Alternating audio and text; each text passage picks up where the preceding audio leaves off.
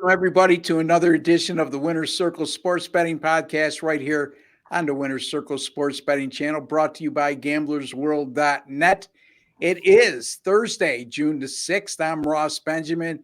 I'll be joined today by Mr. Chip Chirimbes and Mr. Doug Upstone, myself and Chip of GamblersWorld.net, where not only are they our sponsor, but we have 10 of the finest handicappers in the country there at GamblersWorld.net. And right now, folks, the NBA Finals starts tonight. You can get any one of our NBA Finals subscriptions for just $95. That's $95. Will take you right through the NBA Finals, which it looks to me like it's not going to be a 4-game sweep. So I'm thinking 6-7 games. I'm interested to hear these guys' takes on that. But before we get to that, we'll be talking Major League Baseball picks today, but we will discuss a little bit about the NBA Finals.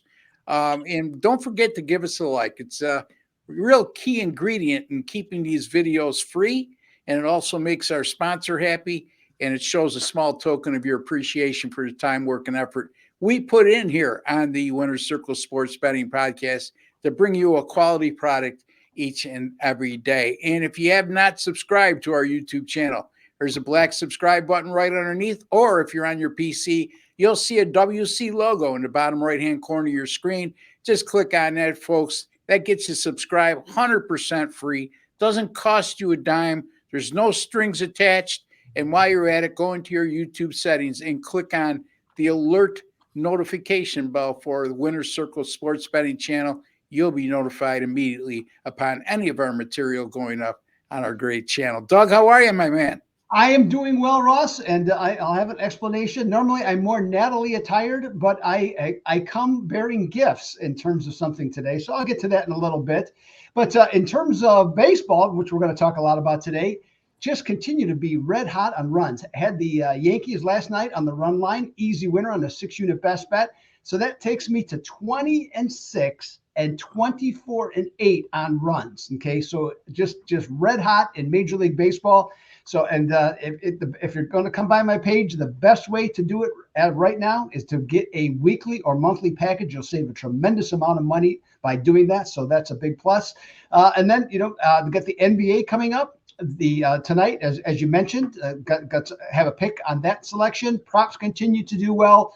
And then the Belmonts this weekend, okay, and it's a bigger deal this year. It's not Triple Crown, but we I believe for the first time since either 2011 or 2013, we have the separate Derby and Preakness winners entered. Okay, that doesn't happen very often. I believe it's only I think it's the 10th time in the last 40 years or 9th time in the last 40 years that comes up. And of course, Ross, I know you're as excited as I am. The CFL kicks off this weekend, so I know you're going to be front and center on the CBS Sports Network, ready to watch. Hey, I'm putting a prop out on how many rouges there are going to be this week. I'll have to look that up. Somebody will have it. Chip said 2. So anyway, again, you could find Doug over at DocSports.com. He's the only exception to the rule here. Only guy who's not on GamblersWorld.net, only because he has been contracted by Docs for a lot longer than our channel and our site has been up.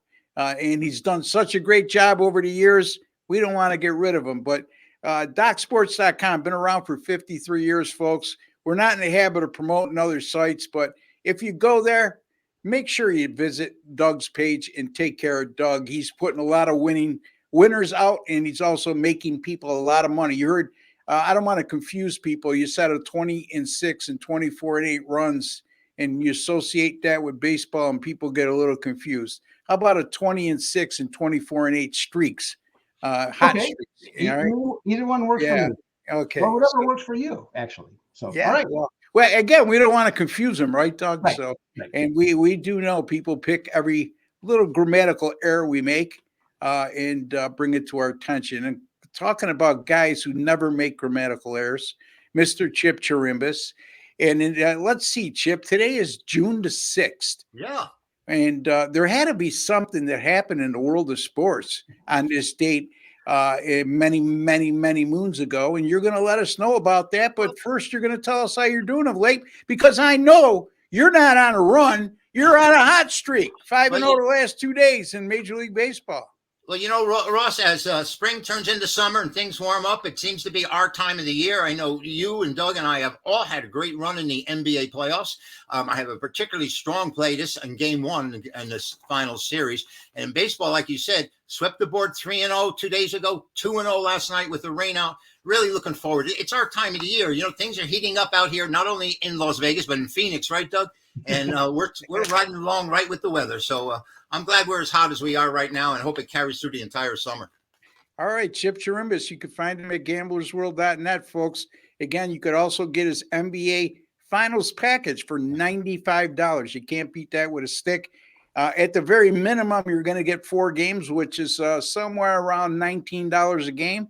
But I'm thinking it's going to go 6 or 7 games. So what do I know, though? I'm only about 62% in the NBA postseason since 2022. But again, Doug, I think you appreciate this. One of the couple of the guys that watched the show commented in the comment section and brought it to my attention. They bought my pick last Friday that lost. It's like you win all these games, and then they bring up the game you lose. So it just goes with the territory. In any event, Chipper, on this date, there had to be something. Something that occurred. It may be not quite a sports event, but on this date in 1976, a man by the name of, what was his name now? Bradshaw was the quarterback for the Steelers, married JoJo Starbuck. And we know what happened to that. He ended up with chapped lips, I guess, from kissing her so much. But it's over now. So what can I say? That is the most significant day on June 6th, unless you want to go back to World War II. Yeah, Joe Starbuck. There's a blast from the past for Terry Bradshaw. What did you say, Doug? Skater.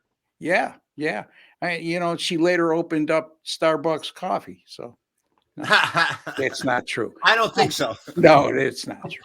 In any event, look, let's talk a little bit of NBA before we get to our baseball picks, because we discussed game one yesterday with Jesse and Sean. We also gave our free picks in that game, but without getting into detail and giving away anything in terms of what you guys might have up for sale, just some general thoughts. I mean, the Celtics open as a 6.5-point favorite here.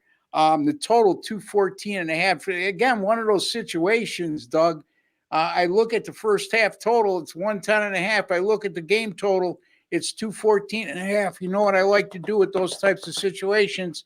If it's a halftime, but I gave away yesterday. I like the Boston Celtics over 57 points in the first half. That was my free pick yesterday. And again, we got 2 teams.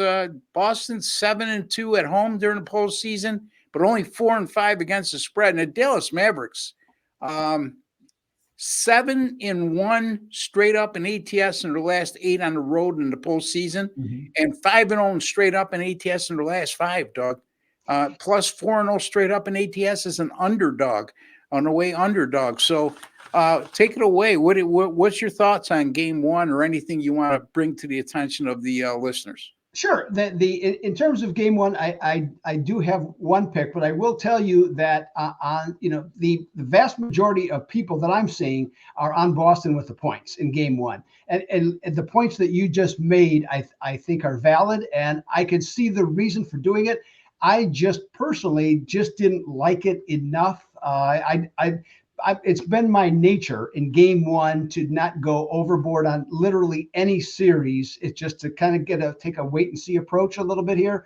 So if anything, I'd have a lean on on Dallas on that one. But I'm actually at my site. I have a video today that talks about the series, and I am definitely on Boston at -210 to take the series.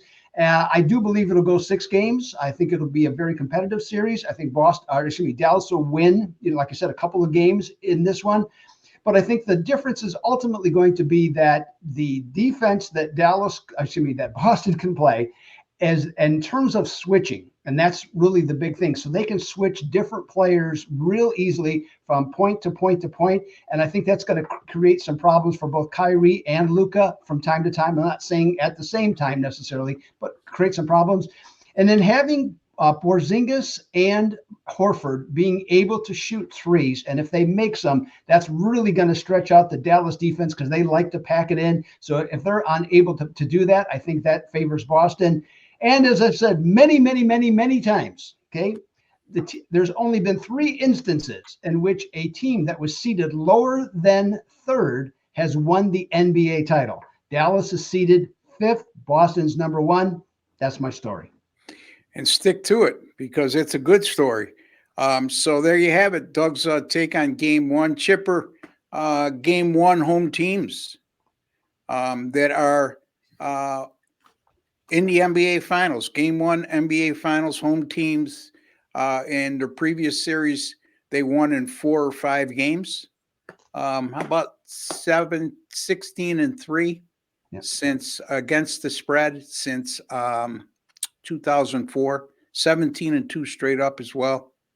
I know that means nothing to you because your take is going to be, but Ross, they failed to cover 3 of those 19 games. Anyway, go ahead. Thanks a lot, Ross. I do love this game. I have a side in this game. I've already put it out. I put it out yesterday. That's how strongly I feel about it. But, Jason Tatum, the storyline here, part of it is that Jason Tatum has struggled during these playoffs, and everyone's, trying to compare him to Larry Bird and other Celtic greats, and a little bit of pressure on him. And, offensively, I think the Celtics will look to make up for this. I think they're going to apply defensive pressure. They know that Kyrie Irving and Doncic are such great prolific scorers. I think this game stays under the total. I think Boston's come out and play some defense, and we're talking about one of the top scoring teams in the league, one of the top 3-point shooting teams that not only in attempts but in 3-point shots made.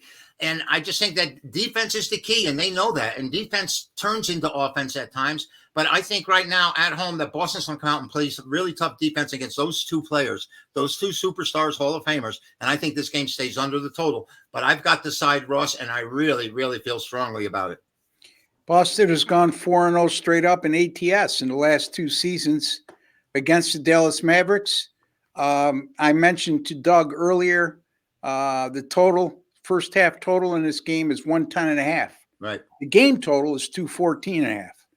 Anytime I see a total of 51% or better in the NBA postseason in the first half, 51% or better than the game total is, my antennas go up. And I tend to go over in the first half and then tell people if indeed you win that bet, okay, let's say we get 211 or 111, 112 or more in the first half. Then you're going to make an under bet in the second half. Why? Because you're going to get a hell of a lot better number than 214.5.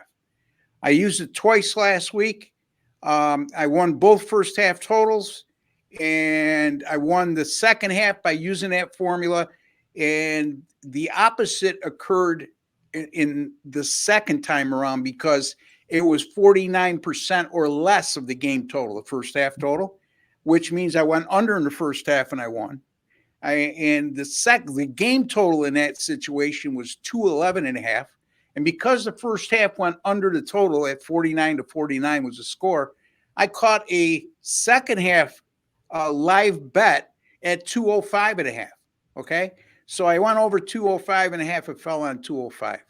But, again, that's going to happen. You know what I'm saying? But it's an interesting formula to follow, especially at postseason time. And why I'd say especially at postseason time is because there's a lot more certainty in terms of who's going to be available, right? We're not going to get these last 2 hours before game time, somebody bowing out. We're not going to get the load management time that we see during the regular season.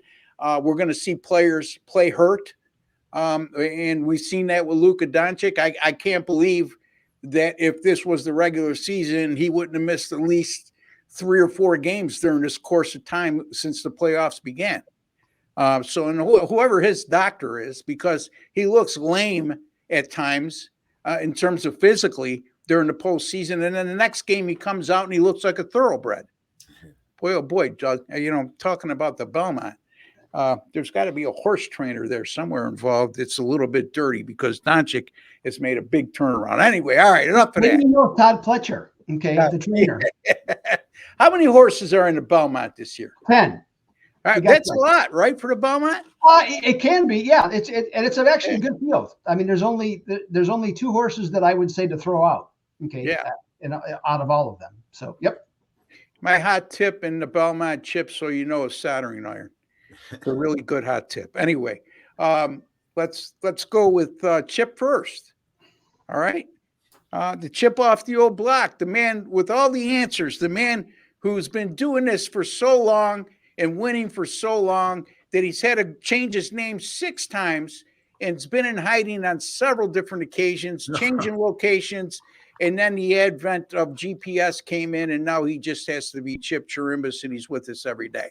So, Chipper, you're going to look at the Cubs and the Reds and tell us what you think here, because the Reds are minus 125. They're coming off a 3-game sweep at Colorado, and the Cubbies, they've been struggling, buddy. Well, Ross, you were talking about people changing names, and that was a big problem in our industry when I first started out. People would start out under one assumed name, and then before the year was out, they'd be posting games under a different name because they weren't too successful. Yeah. But I can tell you that I've been Chip Chirimbes since 1978, and any game I posted, everyone's gotten the same side. So we're ready to go right here with this Cubs-Cincinnati game. Cincinnati's been a major disappointment, I think, Ross, for me this entire year. I mean, they've got De La Cruz, who's probably one of the most exciting players in all of sports, if not baseball. And I just haven't been able to get a grip on them as they hit 217 as a team over a 20-game period. They really didn't do well at all. Today's pitching matchups, we have Javier Assad going for the Cubs. And he's 4-1 on the year with a 2.27 ERA. Now, he's had 2 attempts to throw against his Cincinnati teams, and he's gone 13 and a half innings without giving up an earned run this year. The problem here for the Cubs is Hunter Green. Now, Hunter Green is a guy that can throw strikeouts. He's 5-2 on the year with a 3.44 ERA. But the oddity about this, or the anomaly, is that in the 7 games that Hunter Green has pitched, where he had no decision, the Reds have lost all 7 of those starts. So unless he's in there and completes the game and gets the win, it doesn't look good for them. His last time out against Chicago, he gave up 5 runs in 6 innings. And he is 3-1 lifetime with a 4.33 ERA against them. Chicago's won 4 of the last 6 meetings between these 2 teams. I just think with the Cincinnati being so weak at home, they're 14-17. Big day with their bats yesterday. They come up with a big win. I think that they revert back to form here. I'm going to take the Cubs in this game. I think Chicago's going to get the best of the Cincinnati Reds. All right, go. So Chipper likes the Chicago Cubs plus 105 against Cincinnati. And, they were red hot offensively. Let's not lose sight of the fact they were playing against arguably probably the 2nd worst team in baseball, maybe the worst team in baseball between them and the Chicago Cubs, and that's the Colorado Rockies. And those games were played at Coors Field. Now, Cincinnati, Doug, is a bandbox as well. It's not quite has the reputation of Coors Field, but by the same token, it's a hitter-friendly ballpark. And yet the Reds have not seemed to take advantage of that this year like they had in prior seasons. And Chip brought up a good point with De La Cruz.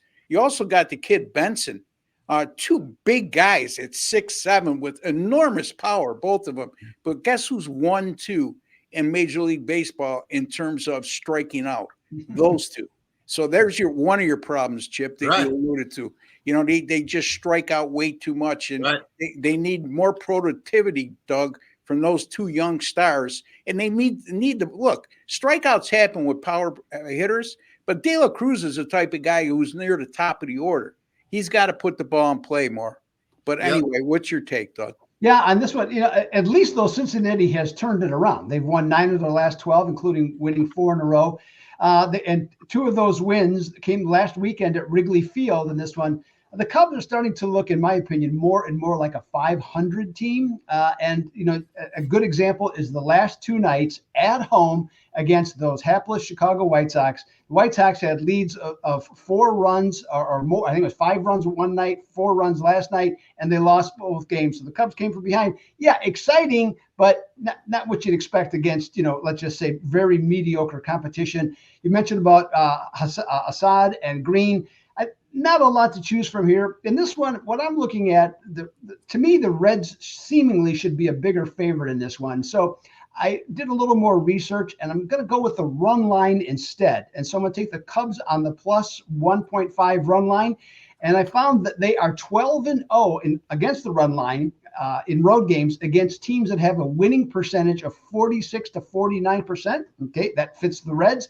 And Assad himself is 15-1 against the run line as an underdog, where the price is on the money line that fits in the current range that it is. I'm not going to read all those numbers, but fits in the current range. So I'll take the Cubs plus the 1.5 on the run line for my choice on this game.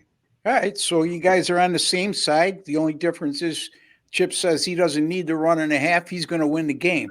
And when Chip talks, everybody listens. And when Doug talks, some people listen.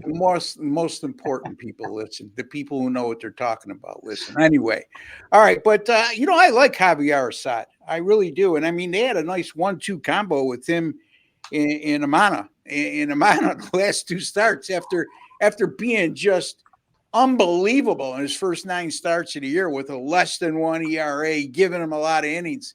He's just fell on hard times over the last 2 starts. And hey, look, that happens, man. Guys come into the major leagues for the first year. They take the league by storm, and then you get 2 or 3 looks at them, and the teams start to get the books on them and the scouting reports on them, and all of a sudden things aren't as easy. But in any event, getting back to that, Doug likes the Cubs plus 1.5. Our official pick, though, is from Mr. Chirimbes. He likes the Chicago Cubs plus 1.5 over the Cincinnati Reds. Doug, the Minnesota Twins, if they played anybody else beside the Yankees, they'd have a hell of a record, but they're getting dominated by not only losing all 5 matchups this year, they've been outscored by an enormous margin. And as a matter of fact, yesterday they lost 9-5. It was the first time they scored more than 1 run in a game against the Yankees in 5 meetings, and they were shut out for most of that game. Yep. That Luis Gil, how about him, Doug or Chip? I told you about that guy early in the year. Anyway, Doug, getting back to you, buddy, the New York Yankees seem to be this line. Boy, oh boy. This line, you look at this line, minus 135. They're begging you to take the Yankees. They're begging you. Doug. Well, they're begging me, you know what? And I'm a buyer. Okay. On this one, you mentioned, 5-0 complete domination, 28-7 is the scoring margin in the 5 games that they've played. Pablo Lopez is going to pitch for Minnesota today, and his season has been run hot and cold, 5-5, 4.90 ERA. In his last 4 starts, he's given up 6 bombs, and giving up bombs to the Yankees against any team is not good. To the Yankees, yikes. He has, though, a respectable ERA against New York of 2.95. Marcus Stroman. I'm not a big Marcus Stroman fan, but when he's pitched on good teams, he's pretty much always done well. And he's on a very good team. This year, he's 5-2 with a 2.73 ERA, and his whip is a quality 1.22 on this one. But he has scuffled in his career against the Twinkies, 4.95 ERA. But you know what? I'm looking at this line. Okay, Ross is talking about. I think Ross wants me to try and, because the odds maker's telling me something. Well, I don't know. I just can't. I can't look at these teams and say that they look like they're on the same plane. Also, cannot ignore that Minnesota is 4-15 this season against teams that have a winning percentage of 62% or better. And the Bronx Bombers, 22-6 against a starting pitcher who gives up 5.5 or less runs, or 5.5 less hits. That's the word I'm looking for. Hits. Let's play the hits. And to start the season. So give me the Yankees on the money line. Tempted on the run line, but I'll just stick with the money line because it is low and surprisingly low. So we'll see what happens. But they just dominate them. I just don't see how that turns around in one game. Yeah, logically, I agree with you 100%. When situations like this happen, though, if I can't find a reason to use the underdog here, I'm just going to stay away from the game, and that's just what I'm going to do. To me, this looks a little bit tricky. Sometimes I'm guilty of outsmarting myself. We all are at times. But yeah, you mentioned that Stroman has had his troubles with Minnesota in his career. However, he did make a start at Minnesota this year, right? And pitched 6 innings of scoreless baseball. And the Yankees starting pitching staff. Chipper has been a pleasant surprise because we talked before the season started, all 3 of us, And we thought that was going to be a major enigma, and they didn't address it enough in the offseason. But boy, oh boy, Brian Cashman looks pretty intelligent right now, doesn't he, Chip? Nope. Look, there he is. Well, you know, Ross, this Yankee team has dominated the Twins for years. You go into playoff record, I think Minnesota might have won one game different times that they've met in the playoffs. And Minnesota's only hitting 140 against this Yankee staff. You know, they just don't seem to be able to get it together when they play. Marcus Stroman, for the most part, he's been pitching really well for the Yankees. And the surprise there, the way he's responded in the locker room, he is always considered a cancer in the locker room, creating bad vibes among teammates and creating hostility and anger. And this year seems to be a different story. And he's pitching really well. You know, he's only given up 2 runs or less in 8 of his starts so far this season. So Stroman's having possibly one of his best seasons of all. He's going against the Twins, gave up 2 hits in 6 innings in one of his other starts. I can't play against the Yankees here, but I am very suspect, like you said, of this line being so low. The Yankees being 19-8 at home, and they're playing a team that they totally dominate. Now, Pablo Lopez, who came from Miami, I believe, or from Florida Marlins at one time, is 5-5. He may be one of their better pitchers and more consistent pitchers, but he's had a habit of giving up the long ball. And boy, do the Yankees like doing that, right? I mean, with Soto and Judge out there, and even Stanton's hitting the ball this year. I think I'd play this game over the total between these two, because it seems like Stroman always has an inning where he may blow up. You know, he's pitched better than his record throughout his entire career has shown. He's always had this one inning and situation in games where they've had to remove him before he get credit for the win, or he's given up the tying run. But I think he gives up some runs today. It won't be going to be some task to ask Minnesota to finally get together, because the horror hitting 140 against the Yankees. Only 8 base hits in the entire series for the Twins. Yeah, Judge, 1 hit yesterday, 5 RBIs. When was the last time you saw that? You know, so, and he didn't hit a home run, right? No. He had a 3-run triple. He had a ground ball out that scored a run from third, and he had I believe, a sacrifice fly with a man on third. So he's having quite a start to the season. I know he caught a lot of criticism to start the year. I still think the Yankees have to address the catching position. They need to get more offense from that position. It's not like either one of those. Go ahead, Doug. No. All I was going to say is that somebody that's out there, I think that's available, that is really playing well. The Brewers, Gary Sanchez. I think you guys are kind of on board with that. So, I'm going. I'll see you, Ross. I'm going. You're a funny guy, Doug. Anyway, supposedly they have a up-and-comer at AA who's just crushing the ball, and they're projecting he might get to the big leagues before it's all said and done and be a major factor. I forget the kid's name, but in any event, they got to get more offensive production. Look, if you got a Molina behind the plate, the guy from St. Louis, I can't remember his first name. There was 3 of them that caught brothers. But if you got a guy who's that good defensively and he's hitting 220, Trevito's hitting 270 or so. I guess that's good, but it's in spot duty. You know what I mean? I'm not so sure if you put him in every day, he wouldn't be more than a 230 or 240 hitter. But in any event, I guess, you know, we're really nitpicking when we go there. And the Yankees are playing good ball right now, but Doug likes the Yankees minus 135 over Minnesota. And like Chipper, you know, I'm skeptical of how low this line is, especially considering the fact that the Yankees have dominated the 5 games this year. They're red hot right now. They're hitting. Their bullpen's pitching good. Their starting rotation's good. Stroman's having a good year. Pablo Lopez has not been in good form over his last 3 starts. Why is this line only minus 135? I hope you're right, Doug. You know what I mean? Because even yesterday's was actually kind of skeptical, I thought. What was it, like 170 or 155? And on the run line was plus 115. Yeah, so the heel, to me, his big enigma to start the year, and I talked to Chipper about this at length, was he had control issues. He's since solved that. I mean, he's not impeccable with his control, but a guy who could strike out as many hitters as he can, this guy to me is, if unless something goes awry with his health, is a future contender for an AL Cy Young Award, in my opinion. All right, let me look at my game, and we'll wrap things up here, and we'll get your thoughts, you guys' thoughts on my game. Padres right now minus 125 money line favorite at home against the Arizona Diamondbacks. It'll be Slade Ciccone, nice Irish guy, pitching for the Diamondbacks. It'll be Randy Vasquez for the Padres. Vasquez, by the way, came over in the trade with the Yankees for Luis Soto, and he has not been very good over his last 3 starts. Vasquez in his last 3 is 6.75 ERA,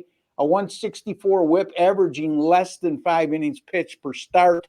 On the season, just a 5.74 ERA and a 161 whip. So his bad form of late is pretty indicative of how he's been pitching all year. And he hasn't averaged 5 innings pitched per start this season, 4.4 to be exact. And the Padres bullpen, if he's looking for help there, good luck with that. San Diego's bullpen, the last 7 is 7.40 ERA and a 189 whip. Now, the Padres are a solid 19-14 on the road, even though they lost their last 4 on the road. At home, they're 13-19. But look at these splits here for the San Diego Padres. Home day games, they're 9-4. Home night games, 4-15. Wow. All right, Slade Ciccone, the Irish kid, at 4 road starts this year, 2.05 ERA, a 0.77 whip. By the way, folks, I'm joking. Okay, he's not Irish. It's 17.4 KW, and which is strikeouts to walks. Anytime you have a 4-to-1 strikeout to walk ratio over 3 or more starts, it's worth noting. And he's averaging 5.5 innings pitched per start. Not a lot, but this is an Arizona team that's averaging 5.9 runs per game over their last 7. They smacked 10 home runs over that course of time. And I'm going to go with the Arizona Diamondbacks, who are right now plus 109 on the money line at San Diego. So that's my pick. Doug, any thoughts? You're close to the situation there in Arizona. Yes, well, in fact, this relates to why I'm wearing an Angels t-shirt. I have to admit, I do like the Angels. I have for a number of years. Cubs fan first, but Angels in the American League. But you know, there's your perfect example of baseball, Ross, right there. The Angels were 7-21 at home going into their series against the Padres. San Diego was 19-11. They lose all 3. That was the first series win of the season at home for the Angels. So if that doesn't typify baseball, I don't know what does. But to answer your other question, what do I like in this game? I'm with you, Ross, with the Snakes on this one, for many of the same reasons that you said, and the fact that the Padres are 10-25 at home when the money line is plus 125 to minus 125. And a guy who's been a snake before he got into the sports betting industry, Mr. Chip Chirimbes, he was known as the snake at all the taverns he used to hang around with back in Connecticut. Chipper, what's your thoughts on this one? Do snakes get nauseous? Because that's exactly how I feel after mentioning Gary Sanchez coming back to the Yankees. I mean, give me a break with this guy. Now, you know, last year in Arizona, playing in the World Series, we have an anomaly, I guess. They're under 500 as it is this year.